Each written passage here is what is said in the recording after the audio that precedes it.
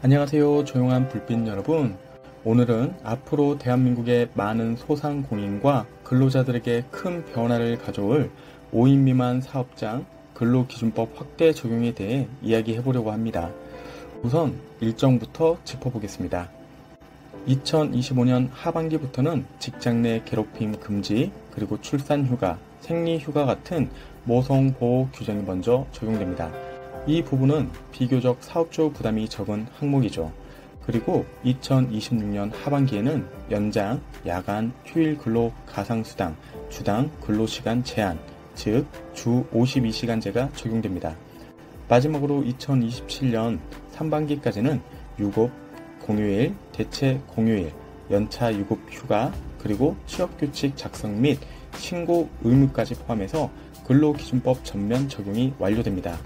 즉, 앞으로 2년 반 안에 작은 사업장도 큰 기업과 같은 근로기준법의 틀 안으로 들어오게 되는 겁니다. 그렇다면 왜 이런 변화가 필요할까요? 지금까지는 5인 미만 사업장에 다니는 근로자들이 같은 일을 하더라도 연차나 수당, 휴일 보장 같은 권리를 누리지 못하는 경우가 많았습니다. 작은 회사니까 어쩔 수 없다, 이런 말이 당연하게 여겨졌던 거죠. 하지만 이제는 달라져야 한다는 겁니다. 동일한 노동에는 동일한 권리가 주어져야 하고 작은 사업장에 다닌다는 이유만으로 차별받지 않아야 한다는 거죠. 그런데 여기서 고민이 생깁니다. 저도 주변에 작은 가게를 운영하는 분들이 많습니다. 한 분은 동네에서 미용실을 운영하시는데 직원이 한 분뿐입니다. 만약 한 명이 출산 휴가를 쓰게 되면 사장님 혼자서 모든 예약을 감당해야 하죠. 그런데 대체 인력을 구하려고 하면 인건비가 확 늘어납니다. 또 휴일 수당, 야간 수당까지 맞추려면 사실상 가게 수익이 거의 남지 않는 상황이 생길까봐 걱정이 많이 된다고 합니다. 또 다른 지인은 작은 분식집을 하는데요.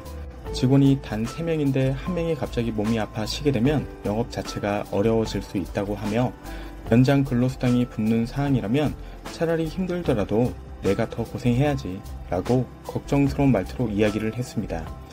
이런 부분 때문에 소상공인, 영세 사업주분들의 걱정이 큰 것도 사실입니다. 그럼 근로자 입장은 어떨까요?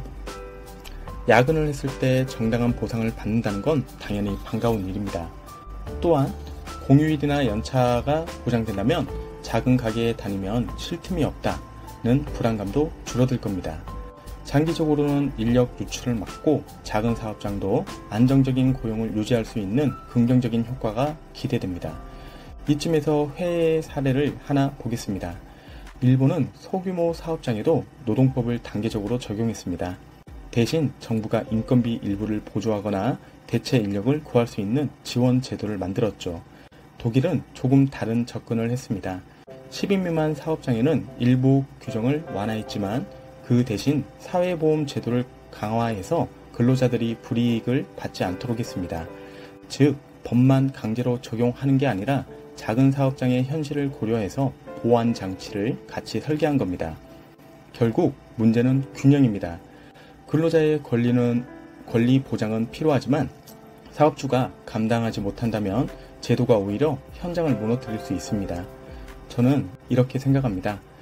정부가 제도를 확대하는 건 바람직한 방향이지만 반드시 소상공인 지원책을 병행해야 한다는 겁니다.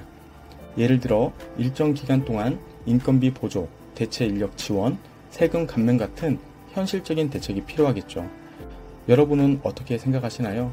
소상공인 입장에서 보면 너무 벅찬 변화일까요? 아니면 근로자와 사업주 모두를 위한 건강한 변화일까요?